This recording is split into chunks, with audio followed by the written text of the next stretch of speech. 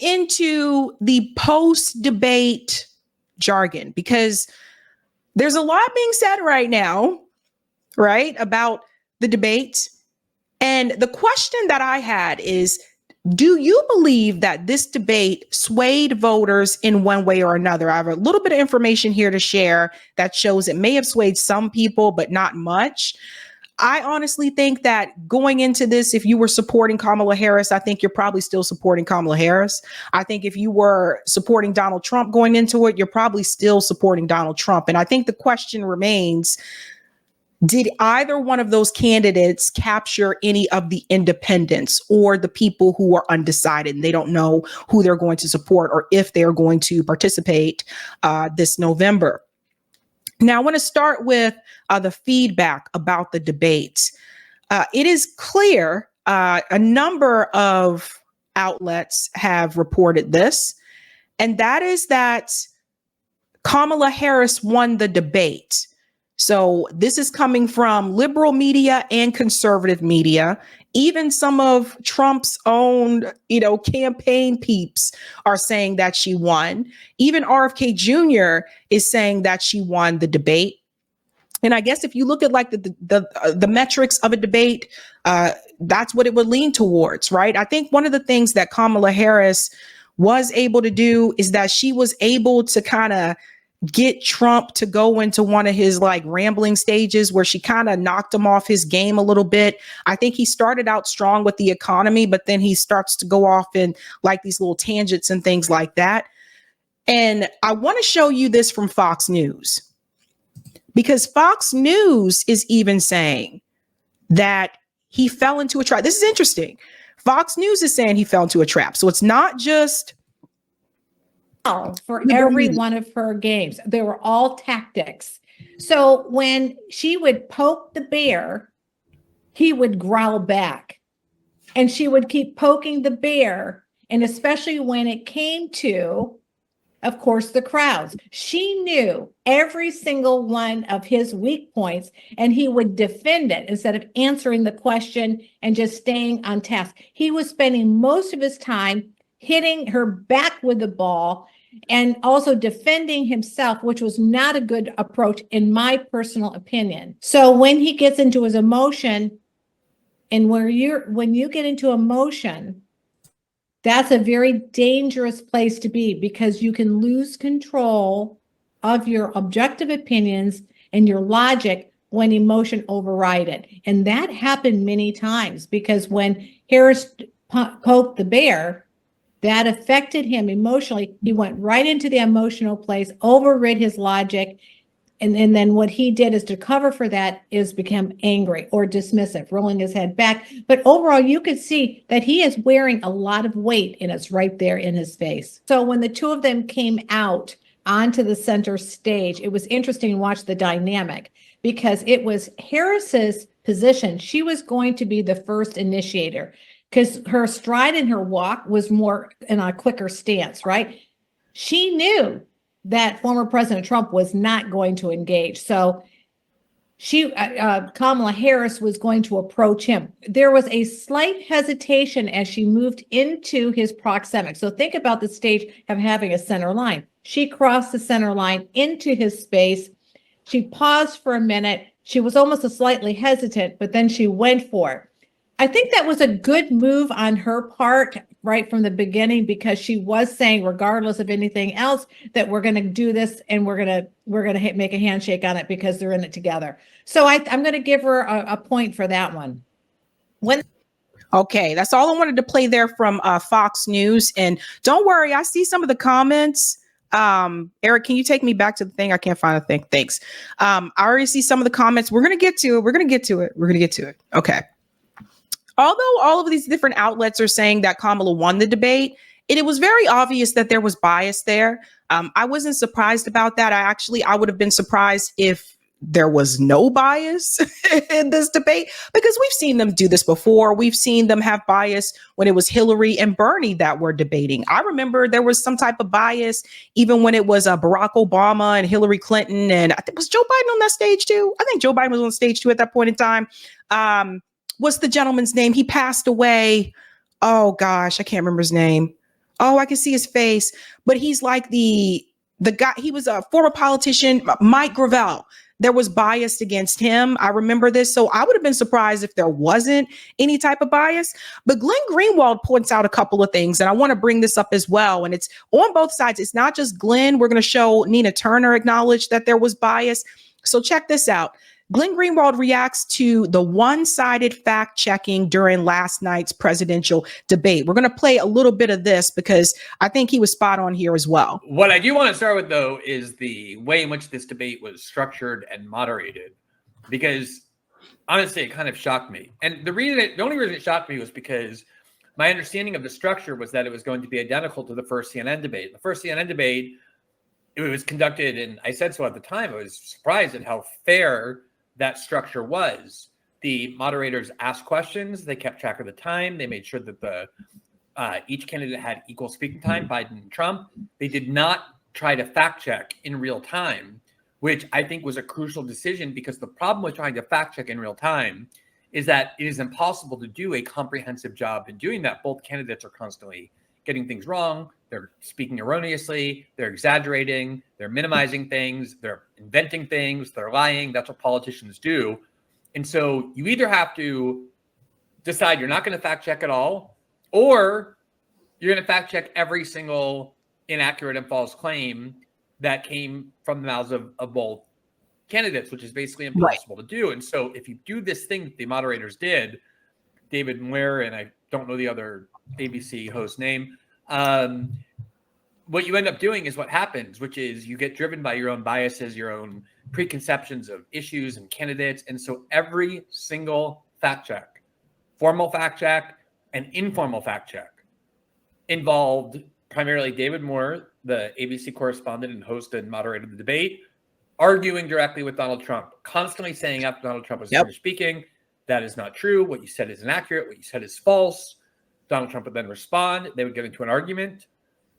And never once, not a single time, did the moderators ever tell Kamala Harris that anything she said was out of context, was misleading, was deceitful, was exaggerated, or was false. And it's not because Kamala Harris spoke for 90 minutes without uttering false statements. She had an endless number of false statements. That even CNN, after the fact, they said Kamala only had one false statement and Trump told 99. I remember seeing those numbers there, and I'm like, no, that's obviously not true. They didn't even fact check her on the easiest one to fact check, which was the fracking ban. They didn't fact check that at all. She uttered that could easily and should easily have been subject to fact checking. She lied about Trump's position on IVF. She lied about his comments when he said there are good people on both sides. She said that he was praising the Nazis and the anti-Semites when he made very clear that those were the people he was condemning and vehemently condemning. There were so many. She said that the Trump administration left the Biden administration the highest level of unemployment since the Great Depression, when it was absolutely false to say that. There was a higher level of unemployment after the so-called Great Recession of 2000. None of these things were fact-checked. You go on and on. So it was so clearly intended to use the authority of the moderator, whatever the authority that still retains in people's eyes, to press their thumb on the scale of Kamala Harris. Because obviously, if the only thing you're ever saying when fact-checking and when claiming that a false statement has been made is doing that to one candidate and not the other, you're obviously trying to create the impression that one of the candidates, Kamala Harris, was constantly telling the truth and the other, Donald Trump, was constantly lying. So it was remarkable to me just how blatant they were about it. Like, if you're going to do that, at least just give a token fact check to Kamala Harris over something that's not even, they didn't even bother pretending. And it wasn't just the official fact checks. It was also just this constant bickering almost on the part of the moderators. Whenever Trump would say anything, they would just kind of make asides about how he didn't answer the question or how something that he said was out of context. And they never, ever once did that with Kamala Harris, despite the fact that for the vast majority of the occasions when she was asked a direct question, she refused to answer. Just as one example that sticks in my mind so vividly because it was so obvious, was they asked her, when you left Afghanistan, the withdrawal caused the death of soldiers. Do you take any responsibility for that at all? Do you take any accountability whatsoever? And she just ignored the question. She completely blew it off, and she began talking about what Trump did wrong with Afghanistan. So if they were treating the candidates equally, they would have said, I know, but I ask you a very direct question. Do you think that you have any responsibility for the loss of lives of those 13 soldiers in the way the withdrawal was carried out, or the leaving behind of American soldiers? They never once did that. It was such flagrant bias, even though the rules were intended to preclude that bias as much as possible. I don't know what the rule on fact checking was. I assumed it was the same as the CNN debate. But again, either you have to not fact check and leave that to journalists to do afterward, or you have to fact check each candidate equally. And the fact that they fact checked only Trump repeatedly and explicitly was remarkable. Now, obviously, but not surprising to me, because ABC News is, left leaning, right? So this is why I believe the debates need to be returned back to the women of League voters. That's what it needs to go back to, not these partisan networks. Now, Nina Turner, this is another interesting one. Nina Turner is also going to admit that it was biased. So you're hearing this from people from different political ideologies. Listen to this. So the ultimate debate is going to be election day. Correct. We all understand that. That's one. But and that's where the winning and losing matters. I'm really channeling Tom Hanks here, his character in A League of Their Own. There's no crying in baseball. Agreed. Yeah, I just said she had a strong performance. She had an extraordinary performance, and President Donald J. Trump did not adapt. He still does think in his mind that he is running against President Biden. The vice president made it very clear you're not running against Joe Biden, but he did not adapt. He didn't change. He didn't have any vision. It was all, what is all wrong with America? He could have changed. He could have pivoted, but he didn't take the opportunity. He didn't take the opportunity to pivot. I will say this. When I rewatched it, I will give you guys that some of the questions that they asked and came back at the president with was harsher. More than one thing can be true at the same time, but there is a however. Yeah. So, he did not. Thank you for your honesty. Let me pause there for just a second. One of the things I noticed that they did, because believe it or not, I put myself through that torture and went back and watched some of it again for tonight's show. But one of the things that I noticed that they did is that they were quick to propose questions about Donald Trump's past, but they didn't propose questions about Kamala's past, with the exception of Afghanistan. So like, for example, they didn't dive into anything about criminal justice, about her record as a prosecutor. They didn't ask her to basically defend her record, or can you explain why you incarcerated so many, particularly Black men in California, why your prisons were overcrowded in California. They didn't really dive into her past, but they did dive into Trump's past. And when they didn't dive into Trump's past, Kamala brought it up. Like, she brought up the Central Park Five and all the kind of things and stuff like that. Not saying you can't do that, but to Glenn's point, you need to be fair across the board. If you're going to dive into his past, make sure you dive into hers as well. I'm curious. Okay. What did you think was harsher? I'm just honestly curious. Well, the fact about her ethnicity question, I think that is why you keep bringing that up, pressing him on that Project 2025. Look, the man said he has nothing to do with it. We can debate whether he has something to do with it or not.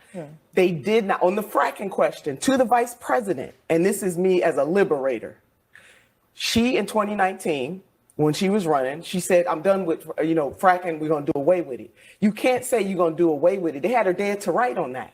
What you can say as a candidate that I'm not in 2019, I'm not in 2020, and you know what? I changed my mind. Well, I guess the reality of it is that she reversed herself in 2020. Like that. That's not true. No, she didn't. No, that's not accurate at all.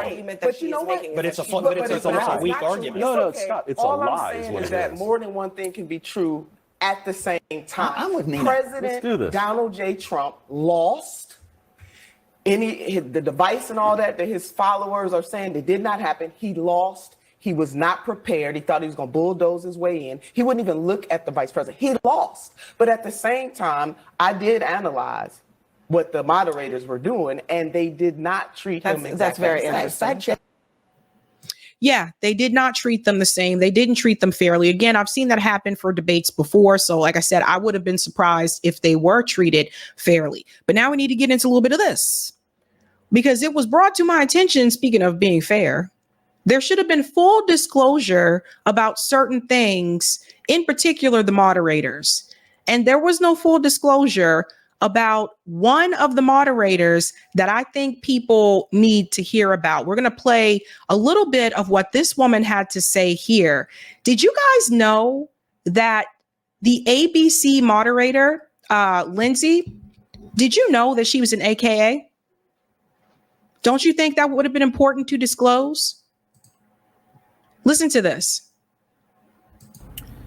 So I'm finding out this morning that one of the moderators, the lady that was up there, is actually Kamala's sorority sister. So you have the sorority sister, and then you have her best friend that is one of the execs. So now we know why there was a 3-on-1 debate. So we know that it was a biased debate. No questions asked. So you're celebrating for nothing, because she never did get to her policy. She never answered any questions. They never fact checked her on anything. Okay, then she goes into like her own personal opinions there, but I wanted you to hear that. Now I want to show you proof of that for people wondering. I mean, this was published on Watch the Yard, so people need to see this. Presidential debate moderator Lindsay Davis is a soror of Alpha Kappa Alpha. So that's AKA, that's one of the Divine Nine sororities. And it goes on to say here, again, I just think it should have been disclosed. I'm not saying she couldn't have been there, but it should have been disclosed. Davis is a graduate of the University of Virginia, where according to UVA Today, she was initiated into Theta Kappa chapter of Alpha Kappa Alpha Sorority, Inc., and holds a bachelor's degree. She later earned a master's degree in communications from New York University. So again, that's information that should have been disclosed, because as a moderator, for those who are not aware how this works, like sorority sisters like stick together. Okay. So like she's a part of the Divine Nine. Kamala Harris was an AKA. Lindsay Davis is an AKA. And for people who don't understand how this works, someone who's a part of Greek life or was a part of Greek life at one point, these groups like stick together, particularly the women. I can't speak for the men. But the women, these sororities, they stick together. Now, out of all the people that you could have had moderate this debate, why would you have someone who was a member of the same sorority as Kamala Harris? That doesn't seem fair. Do you think that seems fair, ladies and gentlemen? I don't think it seems fair, right? So that's information that should have been disclosed. Now, people have brought information to me about these earrings that Kamala Harris had on, and they said, oh, are those Nova earrings Nova earrings are actually like earpieces or whatever. They said those are Nova earrings. That has already been debunked, that those earrings are from Tiffany's. So that's why I'm not even going into those whole videos that show those things about the earrings, just FYI. But these kind of things should be mentioned. Also, the fact that she's friends or best friends with the ABC executive, like, those things need to be disclosed if we're talking about being fair. Let's just keep it real. Now, coming out of that debate, though, what happens for Kamala and Donald Trump? Because one of the things that's mentioned, and this was on CNN, when it came to the Gaza issue for Kamala Harris, this young woman here is going to explain that Kamala Harris was not able to seal the deal when it came to Gaza. Let's get into that. The thing, Christiane, is that right now on the ground here in the U.S. with young voters, particularly young voters who are not white, the issue that they are talking about is not Ukraine. The issue that they're obsessed about, and I would say rightly so, is what's happening in Gaza. So that, I would say, I would have liked for the debate to have spent a little bit more time on international issues, on the question of Gaza.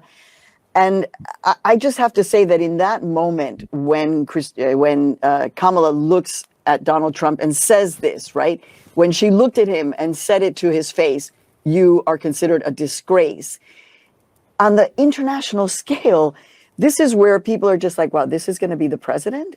This is going to be our president again, when it's not just Ukraine. Now it's Gaza. But sadly, she was not able to seal the deal on the question of her position on Gaza. And I think that this is one of the main points for international foreign policy that will you know, I mean, I hate to say it, but it could make or break her election. And so that's where I would be focusing the attention now. So everybody heard that, right? That's one of the things that one of the criticisms that Kamala Harris is getting after the debate is that you have not convinced those that are passionate about Palestinian self-determination and what's happening in Gaza. Your response did not make them feel comfortable. And the announcement, the endorsement that Jill Stein just received today, which I'm going to go into Friday, we'll talk about it Friday night, confirms, and it's historic what just happened with Jill Stein, confirms that the Muslim community is not in solidarity with Kamala Harris. It doesn't really trust Kamala Harris to the point where they are willing to come out and support her. I showed you those polls the other day. Jill Stein is beating Kamala Harris with the Muslim voters in swing states.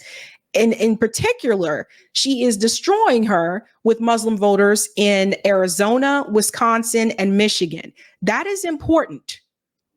Why do you guys think AOC is coming after Jill Stein? Oh, by the way, she came after her again today, too, by the way. We'll get into that tomorrow along with the announcement. Why do you think they're doing this? Because they've seen those polls, those same polls that I showed you about Muslim voters lining up for Jill Stein. They saw those polls before I did. So that's why they're coming after her.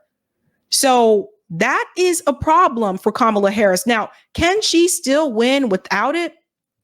Probably, but it doesn't look good for her with that particular population. Now, what's weird is that Kamala is asking for another debate. Now, for everyone saying that she won that one and she did the damn thing. So Trump is asking here, like, why does she want another debate if she won? Her campaign is saying tonight, Washington Post is reporting that she wants a second debate. What's your answer? She lost. She wants it because she lost. Do you have an answer? Well, I don't know. I have to think about it. But if you won the debate, I sort of think maybe I shouldn't do it. Why should I do another debate? She immediately said, we want another debate. That's, you know what happens when you're a prize fighter and you lose?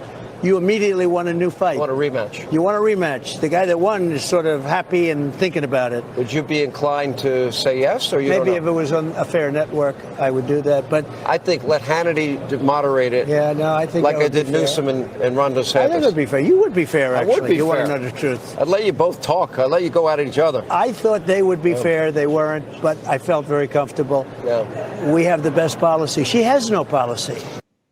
So that was really interesting to me when Trump said he thought that ABC News would be fair. I'm like, I don't know why you would have thought that. I never expect them to be fair. Now, through all of that has happened, did it move the needle in any direction? There is one quick video here that shows a little bit move towards Donald Trump. And I want to show this. And I want to show you recent results that was just announced via The Hill. Listen to this. If you look at reporting from Reuters and the New York Times, they actually asked a number of undecided voters in key states, how did you view the candidates going in? How did you view them going out? Reuters, in fact, had 60%, I think it was 6 out of 10 voters who said they moved towards Trump afterwards. And when they were asked why, they said, because Kamala Harris was evasive on her answers around the economy. And I think she flubbed a really key opportunity she had in that very first question when she was asked, are you better off than you were 4 years ago? And she didn't show a single really ability to connect with voters who are struggling right now in this economy and with the price of goods and groceries and gas. And she missed a real key moment there. So if you look at. So part of that Reuters poll, it basically says that some of those undecided voters said they were leaning towards Donald Trump because they felt like Kamala Harris didn't really answer the questions about the economy or didn't sell them on it, so to speak. So I think that this is one of the things that I said, like, for the past 2 years. The number one issue to voters is the economy. Poll after poll has shown that. And this is where I felt like Trump should have really zeroed in on. He did talk about it, but to me, I felt like some of these other questions that the moderators brought up was kind of a distraction. Like when Nina Turner said, why do they keep asking the is she black question and all that? That was a distraction. I felt like there's no need to bring that back up again. So if it were me and I got that question, I would say, well, you know what? This is why I said da-da-da-da, but I want to bring it back to the economy because that's the number one issue that voters are concerned about. In fact, I probably would have tried to do that with every single question that they gave me because it is the number one issue. the economy. And that would have just stuck in people's minds over and over. Oh, Kamala can't answer about the economy. Kamala can't answer about the economy. So they touched on it in the very beginning. They asked about the economy. I know he brought it up again towards the end, but I would have kept connecting everything back to the economy. Every issue that they brought up, I would have connected it back to the economy. Now, it would have been tough to do that with the January 6th question, obviously.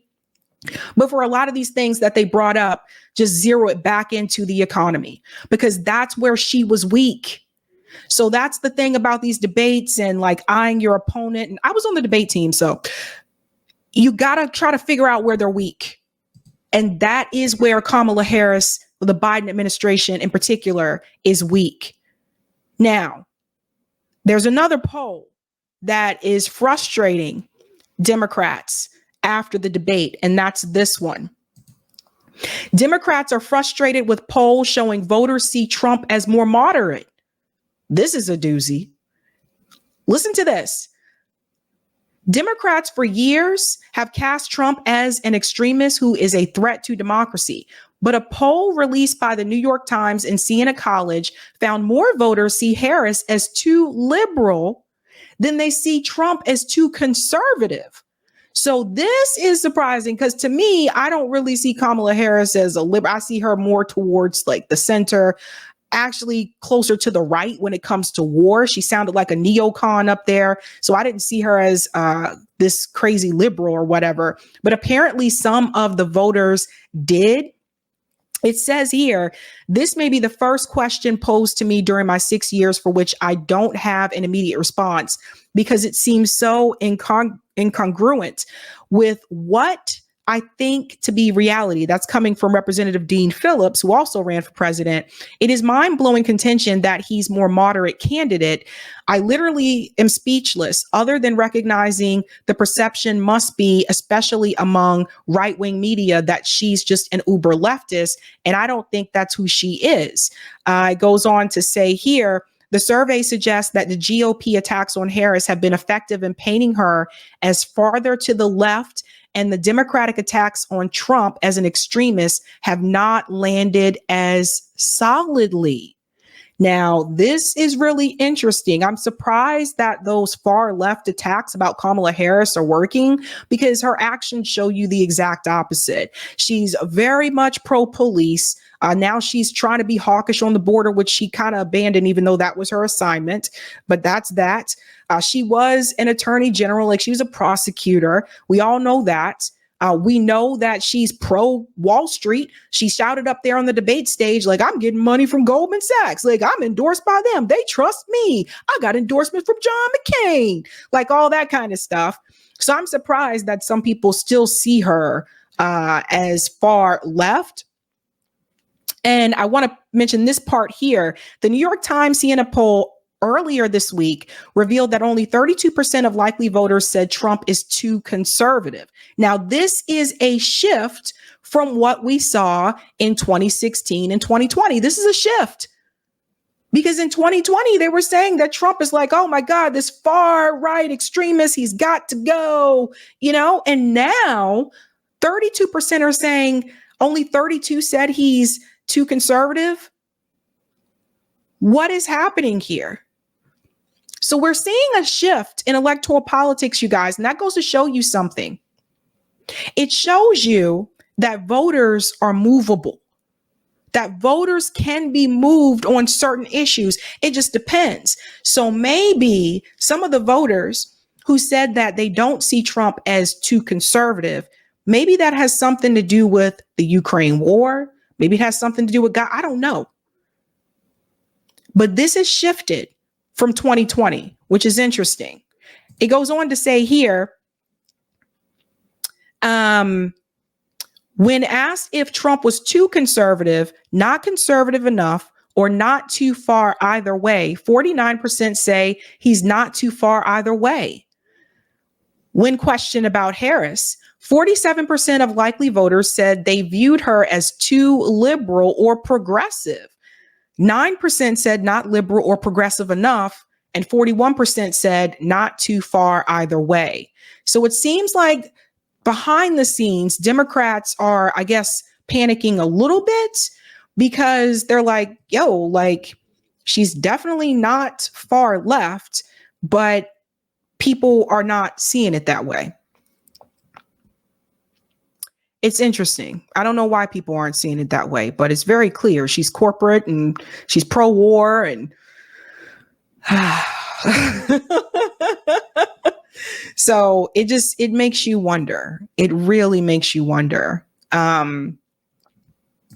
Sophia says there's leftist influencers and progressives trying to sell Kamala as something she's not. And this is why folks have the perception she's too liberal. Ooh, it could be the TikTok folks. That's a good point, Sophia. Because when we look at, I told you, what's the litmus test for progressive? You support universal health care. That's like what the easiest litmus test, right? Which she doesn't. So there's that. But you don't have to support either one of them. I'll be supporting Jill Stein. And I thought this video was really interesting. I love it. Shout out to, what is it? Grinvites on Instagram. This is what I hear from people all the time. So you'll know, those of us that vote third party, this is what I hear from people. Listen to this. Random people are confused about Decision 2024. Gasoline or nail polish remover? Which drink should represent America? What the f? Neither. Why would I drink those? Oh, good Lord, you're one of those. You have to choose one of those two, or you'll never be able to choose again. Choose which poison I drink? If you choose nail polish remover, you don't have to drink that much of it. But a ton of people will have to drink a lot of it, and it causes extreme suffering and death. You are so selfish. Must be nice being so privileged. I need to see the list of options. A smoothie is on here. That's not an option for everyone. It's an option for most people. The electoral beverage prevents a smoothie from ever winning. No, it doesn't. Who told you that? Okay, fine, it doesn't. But no one will vote for a smoothie because they don't know it's an option. So help me tell everyone. Just get off your moral high horse and vote for drinking nail polish remover. You would rather drink nail polish remover than a smoothie. Actually, yes. I really like the color and shape of the bottle it comes in. You know, whichever liquid wins, you'll have to use it to fight those fires you care so much about. Did you know gasoline is flammable? So is nail polish remover literally won't shut up about how flammable it is. Well, you're throwing your vote away and ruining our country. No, I'm not, because I'm voting for a smoothie. A smoothie. A smoothie. And if everyone would just learn the benefits of a smoothie and help me tell everyone, maybe we wouldn't all have to drink lethal poison. Wow, I finally get what you're saying. You want everyone to drink gasoline! Ah, now that's refreshing. I love that video. I love it. She's awesome. She's very talented. Love that there. I swear to gosh, these are my conversations with people. It's just like, do you want nail polish remover or do you want gasoline? Like that type of conversation. If you have, by the way, if you haven't had a chance to see it, go watch the Breakfast Club video on YouTube. They posted it earlier today with the interview of Jill Stein and Bruce Ware. I can't show the Breakfast Club on this channel because they have copyright, so it'll just get pulled. But look at the comment section on the interview of Jill Stein and Butch Ware on the Breakfast Club, because people really came after Angela Rye, because Angela Rye really tried to push the whole, you were sitting at a table with Vladimir Putin. I'm like, bish. And Jason Call was there too. I think he's like in the background, but they mentioned his name during the interview. And I thought to myself, I couldn't have been Jason. It couldn't have been me in that room, because as soon as she would have said that, I would have been like, bish. Don't you know this has been debunked already? They've already talked about this. There was an investigation about that, etc. Yeah, Robbie said, what, the Breakfast Club? Yes, the Breakfast Club had Jill and Butch Ware on. It's posted on their YouTube channel. They posted it earlier this morning. I saw it. And Butch Ware and Jill went to school, schooled Charlemagne and Angela Rye. And now you'll see this tomorrow, but AOC is attacking Jill again. And I'm trying to tell you guys, it's really interesting to me for someone who is saying that this isn't a serious candidate. If they're not serious, why you keep spending so much time attacking them? Because you know that she is a threat. What a mess. What a mess. Check it out, guys.